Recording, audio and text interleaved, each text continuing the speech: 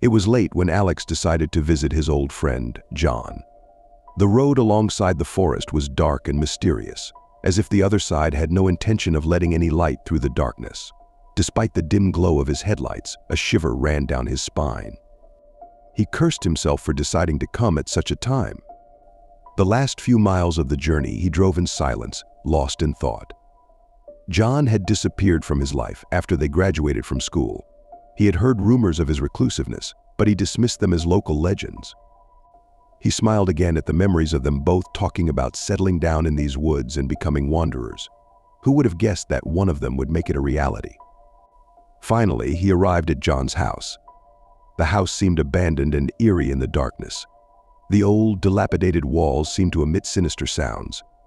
Alex got out of the car and approached the front door. His heart was pounding louder, as if it could be heard for miles.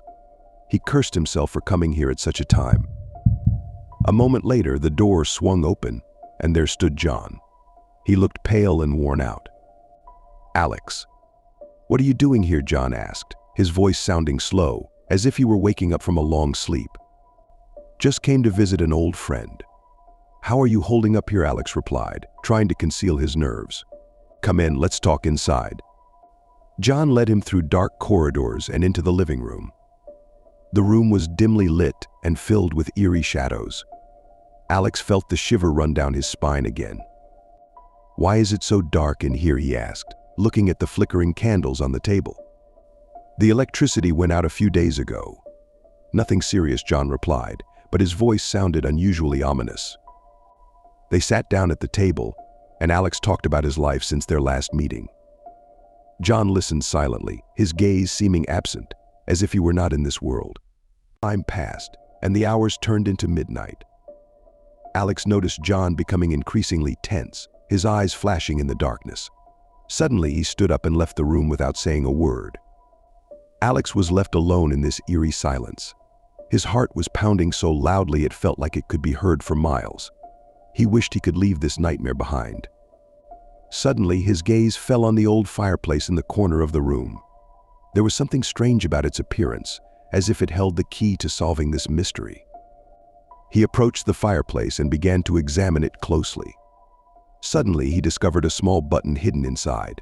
His heart raced as he pressed it, and suddenly something strange happened.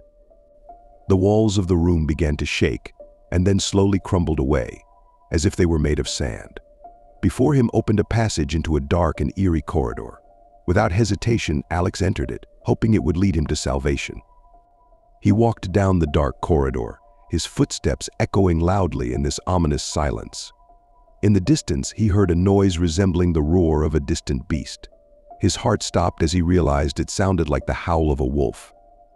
He approached the source of the sound, his breath becoming heavier.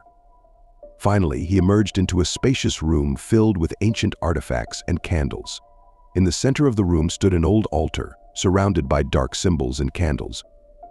Alex jumped as he heard footsteps behind him. He turned around and saw John, his face twisted with fear and despair. "We need to get out of here," Alex whispered, his voice trembling with fear. John nodded, and they both ran towards the exit.